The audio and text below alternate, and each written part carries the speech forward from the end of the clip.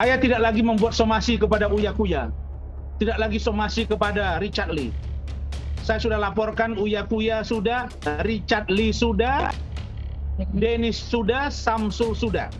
Tinggal Bu Eli Danetti akan melaporkan Richard nanti di Jakarta. Gue sih gini, ibaratnya kalau yang dilaporkan adalah UITE, artinya dia harus mensomasi gue dulu, ya kan? Somasi untuk gue menjelaskan. Gue sampai sekarang belum terima surat somasi. Itu pertama. Terus kedua, dilaporin kata di Medan. Jauh-jauh banget sih, gitu kan. Lokus deliktinya, kalau dia anggap itu adalah perlu dilaporin kan di Jakarta. Podcast di Jakarta, saksi-saksi pada di Jakarta. Ngapain jauh-jauh ke Medan itu kan. Waktu pertama kali beliau kirim chatannya tuh, pengacara BG, jubir Jokowi Ma'ruf, pengacaranya mantan gubernur Sumut. Setelah saya baca, saya kena tipu bed judul juga nih, jubirnya Jokowi Ma'ruf. Tapi ternyata waktu diisinya dibilang pembekalan calon. Terus di sini pengacara ibu mantan gubernur Sumut. Padahal ternyata beliau belum dilantik jadi pengacara. Kayak badut ya, lucu.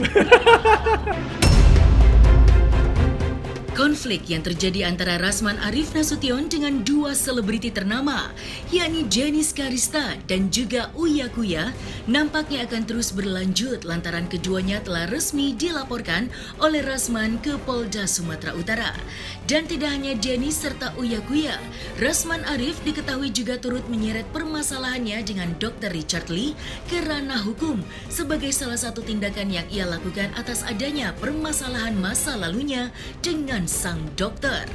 Kabar dilaporkannya Uya Kuya dan Jenis Karista serta Dr. Richard Lee langsung diungkapkan oleh Rasman yang mana dirinya menjelaskan jika laporan yang telah ia buat diproses oleh pihak kepolisian. Lalu, seperti apa aksi ngotot Rasman yang tetap kekeh melaporkan ketiganya ke Polda Sumatera Utara? Adanya laporan Rasman Arif Nasution untuk Uya Kuya kini membuat sang aktris merasa begitu terheran-heran dengan adanya niat Rasman yang melaporkan dirinya ke Polda Sumatera Utara. Keheranan Uya Kuya pun muncul ketika dirinya kini mengakui tidak menerima somasi dari sang lawyer yang kini justru melaporkan dirinya ke pihak berwajib. Lantas, seperti apakah kelanjutan ceritanya? Saksikan selengkapnya hanya di Cumi Camp In-Depth berikut ini. Hai Cumi Lovers, bersama Cumi Camp In-Depth kami sajikan kabar lengkap, mendalam dan akurat dari narasumber terpercaya. Dan jangan lupa untuk like, subscribe dan juga share channel YouTube ini.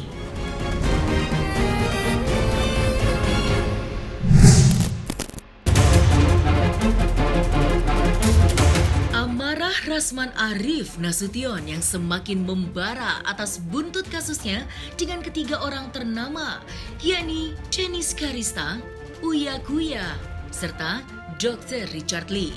Hal tersebut pun nampaknya terus berlanjut dan tidak menemui titik damai lantaran lawyer berdarah Batak itu telah resmi melaporkan ketiganya ke Polda Sumatera Utara dan sudah diproses oleh pihak kepolisian. Adanya laporan yang telah ia buat, Rasman Arif Nasution pun nampaknya juga memberikan penjelasannya mengenai dirinya yang dituding melakukan pelecehan huruf hijayah. Lantas, seperti apakah bentuk pengakuan Rasman Arif Nasution yang telah laporkan Jenis, Uya Kuya, serta Dr. Richard Lee tanpa adanya somasi sebelum melaporkan? Saya tidak lagi membuat somasi kepada Uya Kuya, tidak lagi somasi kepada Richard Lee. Saya sudah laporkan Uya Kuya sudah, Richard Lee sudah, Dennis sudah, Samsul sudah. Tinggal Bu Eli Danetti akan melaporkan Richard nanti di Jakarta, karena dia nggak mau di Pekanbaru ini. Nah, kemudian apa unsurnya? Masuk. Nah, cuma tanya Dennis, kenapa tuh laporan undang-undang IT-nya nggak masuk? Itu kan laporan Krimo 310, 311. Memang ada laporan, nanti kita pertanggungjawabkan semua. Tapi ingat Dennis, barang siapa yang mendalilkan, maka dia yang membuktikan. Barang siapa yang menuduh, maka dia yang harus membuktikan. Begitu kalau nggak terbukti, masuk laporan balik yang kedua. Makanya jangan cari masalah sama gua nggak kenal sama lu, kata Hotman. Lu senggol-senggol gua. Sekarang lu pusing tuh mikirinnya. Pakai teriak-teriak, Rasman, ini pelecehan. Kau bawa Toa ke jalan-jalan itu. Nggak akan diopeni orang. Kenapa? Karena Rasman bukan melecehkan. Itu bukan kalimat Allah, Rasulullah, bukan. Itu ibtidaiyah abjad. Alif berdiri, wow menghadap. Alif, apa yang salah di situ? Kalau saya sebut ana, saya, wala, dan tidak. Kalau uwa saja artinya dan. Kau tidak paham. Apa yang salah? Itu hijaiyah, huruf bahasa Arab sama dengan huruf Indonesia. Abjad A, B, C, D, E, F, G. Alif batasa, B aba, B ubu, babu. Apa yang salah? Tidak ada. Malum. Nah, kalau kau mau mu'alaf, mau masuk Islam, syahadatkan. Saya sudah 3 orang loh, saya Islamkan orang. Nah, kalau Dennis mau saya ajari, nah, biar saya syahadatkan kamu. Terus ini barusan tadi, saya ditelepon oleh penyidik Polda Sumatera Utara, kaitan laporan saya. Kemarin saya terima kan, bahwa laporan saya diproses di Polda Sumut. Uya dan Richard juga saya minta begitu, mudah-mudahan dikabulkan. Dennis dan Samsul sudah, dan sudah saya beritahu kemarin, dan saya baru terima tadi sekitar jam piro ya? Jam 11. Minta tiket sama Hotman Paris ya, Dennis ya. Nanti makan durian ucok. Biar saya yang traktir. Kalau saya bilang nyanyi-nyanyi di sana, dibilang saya ngatur-ngatur polisi. Rasman ini nggak siapa-siapa. Saya nggak siapa-siapa. Manusia biasa, nggak ada powerful saya. Laporan saya berjalan. Itu aja. Yuk datang aja sini ya. Cepat Dennis, cepat. Ini keberatan dibilang cadel. Bajunya pakai Dennis cadel. Semua kita buka di Instagram, apa di Google, cadel. Terus dipersoalkan, dibilang lidah pendek, dibilang kena stroke. Loh, kalau cadel itu kan tidak sama penyampaian hurufnya dengan orang yang lain.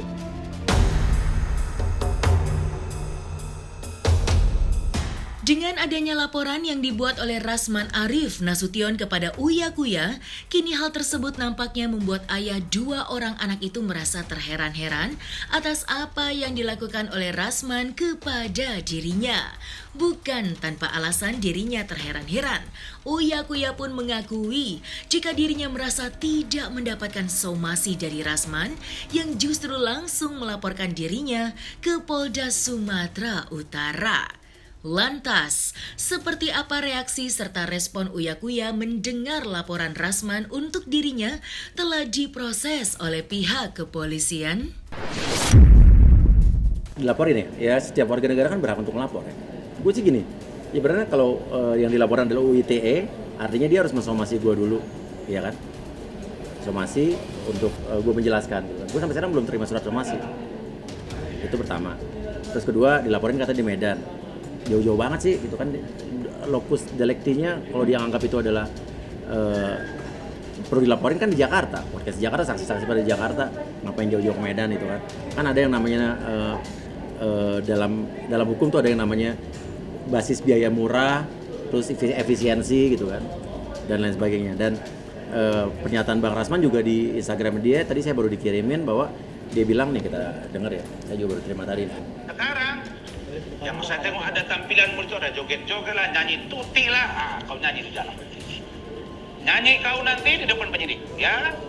Dan saya sudah beritahu Bareskrim Mabes Polri bahwa LP ini jangan dibawa ke Mabes Polri.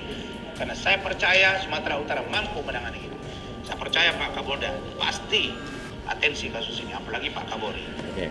Saya sudah beritahu Bareskrim Mabes Polri katanya untuk tidak membawa kasus ini ke Jakarta.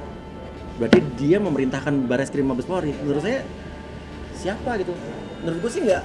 Gue tadi udah nanya sama Pak Irjen Ricky juga sama kepolisian bahwa tidak ada seorang pun yang bisa mengintervensi polisi. Jadi dia ngomong begitu atas dasar apa sih? Saya sudah memberitahu Bareskrim Mabes Polri untuk tidak membawa kasus ini. Kenapa dia bisa ngatur seperti itu? Gitu kan? Itu pertanyaan besar gue sih. Tapi gue percaya Polri, Polda semua presisi kok. Langkah selanjutnya tunggu aja, tinggal tunggu aja gitu kan. Karena kita nggak tahu yang dilaporin apa.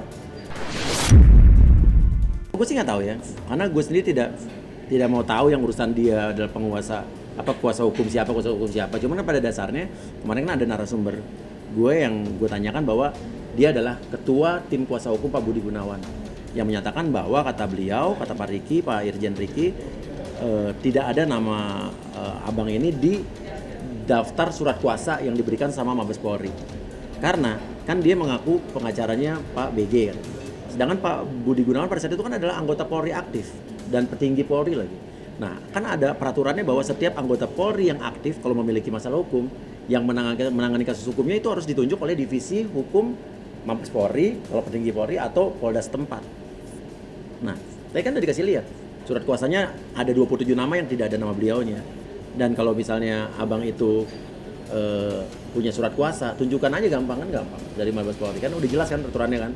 Setiap anggota polisi aktif yang bla bla bla tadi. Intinya sesimpel itu sih.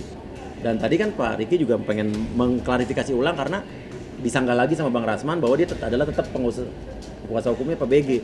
Nah tadi kan diklarifikasi lagi sudah jelas. Tadi Pak Riki malah bilang ke Bang Rasman, kalau memang kamu tidak terima sama saya, kata Bang Riki, silakan tuntut saya. Pak Riki udah bilang begitu. Enggak lah, nggak pancing gue ngapain. Kan kita juga buat karya aja. Kalau mau misalnya kita membalas sesuatu hal yang lain, sesuatu hal yang misalnya ngomongin kita, balas dengan karya. Kayak ngerosting aja, kayak segala macam biasa kan. Saya orang yang dari dulu tuh malas ribut. Pernah nggak lihat gue zaman dulu ribut kecuali sama Dennis tahun lalu? Sama siapapun dulu. Sama Deddy Kobusier gue disindir-sindir bertahun-tahun. Emang gue pernah balas? Nggak pernah. Nggak pernah sama siapapun. Sampai tahun lalu sama Dennis juga gara-gara TikTok. Iya kan? Tapi orang menganggap itu settingan ya, syukurlah. Iya kan? Ya biarin aja gitu kan. Tapi emang itu real apa adanya. Nah, sampai akhirnya kemarin juga dengan MZ, saya ditipu, ya kan, segala macam. Saya juga nggak mau ribut-ribut, karena akhirnya udah daripada ribut-ribut, saya laporin aja polisi. Udah jalan kasusnya sekarang, alhamdulillah. Nah, sampai akhirnya sekarang berkembang seperti ini kan, ibaratnya capek lagi, ribut tuh capek. Makan effort, butuh effort, tenaga, energi. Sedangkan saya kan ada orang yang santai, nyantai. Saya aja udah dari pandemi kemarin udah bilang sama istri saya mau mengurangi syuting di TV buat bisa happy, bisa bolak-balik ke Amerika setahun berapa kali. Jadi sekarang kan jadi akhirnya ribet urusan begini sebetulnya. Kalau dibilang podcast saya tadinya kan podcast yang lucu-lucuan, yang isinya artis-artis, jadi begini masalah serius. Cuman apa boleh buat, harus terjadi seperti ini ya jalanin aja gitu. Selama itu ibaratnya kita berbicara suatu hal yang benar, tidak mengarang-arang cerita, tidak membuat satu kebohongan ya nggak apa-apa.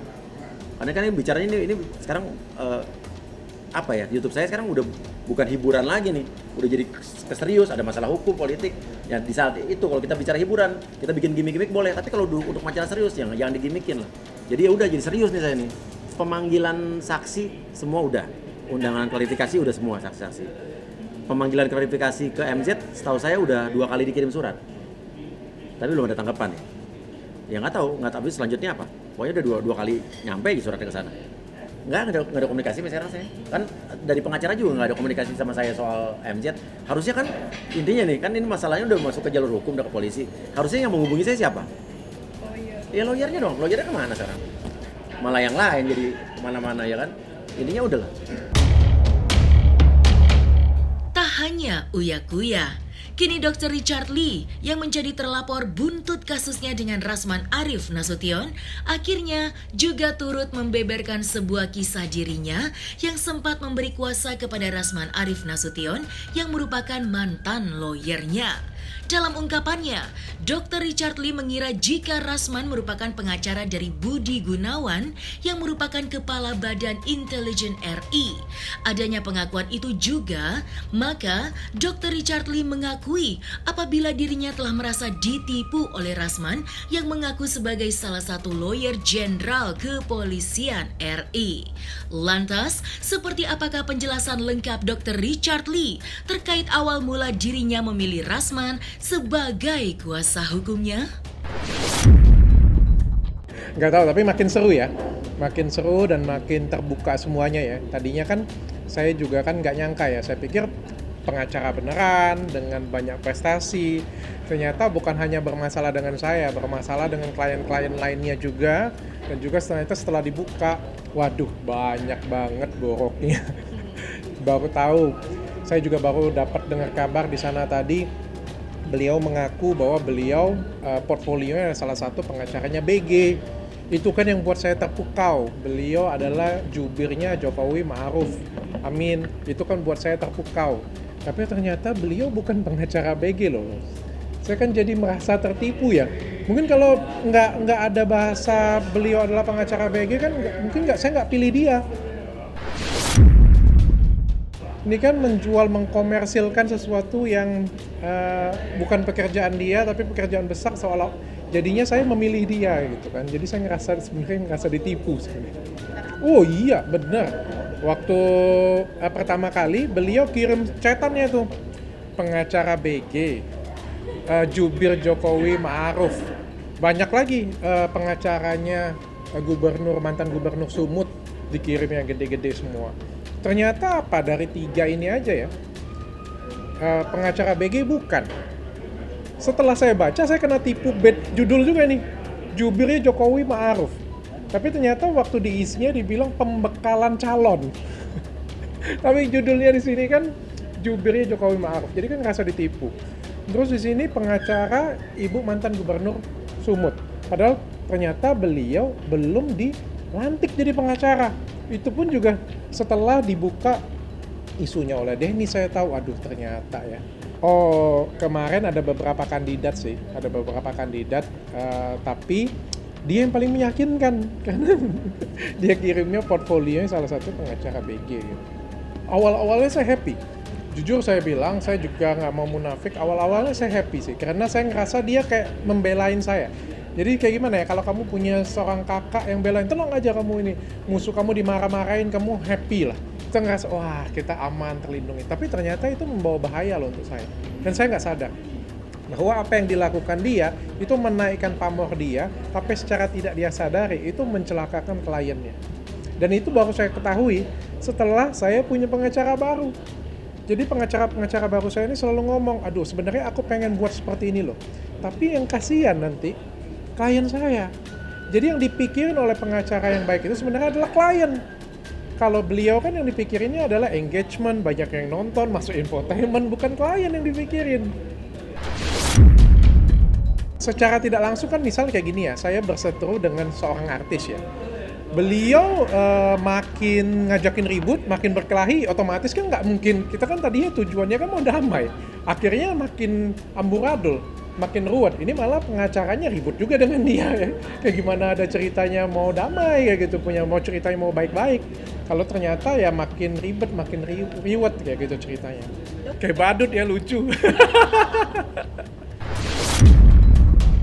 Jadi kalau dulu saya takut. Saya dengan istri saya itu takut dengan dia, jujur ya. Saya jujur, saya takut kalau dapat chat dari dia aja kita takut, ya deg-degan gitu ya. Tapi ini rezeki saya sih setelah kayak kenal dengan Dennis, setelah kenal dengan Uya ya. Ternyata beliau kayak badut ya, sumpah. Apalagi dengan Dennis tuh, dibuat kayak badut bener. Ternyata beliau hanya berani dengan orang-orang yang takut, yang ya kayak Dennis aja dia nggak berani ngelawan loh. Ngomong mau datang aja nggak berani datang ke podcastnya Dennis. Sebenarnya ancaman dia bilang bayar 10 tahun di depan itu dari bulan November loh.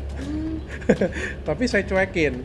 Jadi dia bilang kalau kamu nggak nyaman dengan saya, bayar aja 10 tahun depan. Dalam hati gue, anjir, masa gue disuruh bayar 10 tahun terus berhentiin, terus habis itu dia pasti nyerang gue. Ya kan, pindah ke tempat lawan nyerang gue, bego banget, gue nggak mau lah gue kayak gitu kan. Tapi saya nggak begitu anggaplah kayak gitu. Dan ternyata di bulan November itu, makanya dia bahaskan soal rumah kan. Saya itu baru ngeh loh. Karena di chatan di bulan November setelah saya baca-baca, dia tuh ada ngomong kemampuan ekonomimu yang tidak seberapa itu. Saya tuh baru nyambung kalimat itu. Ternyata kalimat itu setelah dia datang ke rumah saya. Dia ngerasa rumah saya kecil. Saya mau cabut sebenarnya, mau cabut kuasa. Cuma kan itu dipikir-pikir dan juga diskusi dengan tim legal saya. Cuma kita maunya smooth. Kita tahu nih kalau kita cabut nanti pasti akan ribut. Ini aja lagi ada masalah hukum dengan satu orang. Kalau kita cabut nanti ributnya dengan dia. Oke, kita mau cabutnya itu pelan-pelan atau lebih yang ke cara kekeluargaan yang enak lah. Nah, selesai sudah Cumi Lovers. Bersama Cumi Camp In-Depth, kabar lengkap, mendalam dan akurat dari narasumber terpercaya. Dan jangan lupa untuk like, subscribe dan juga share channel YouTube Cumi Cumi.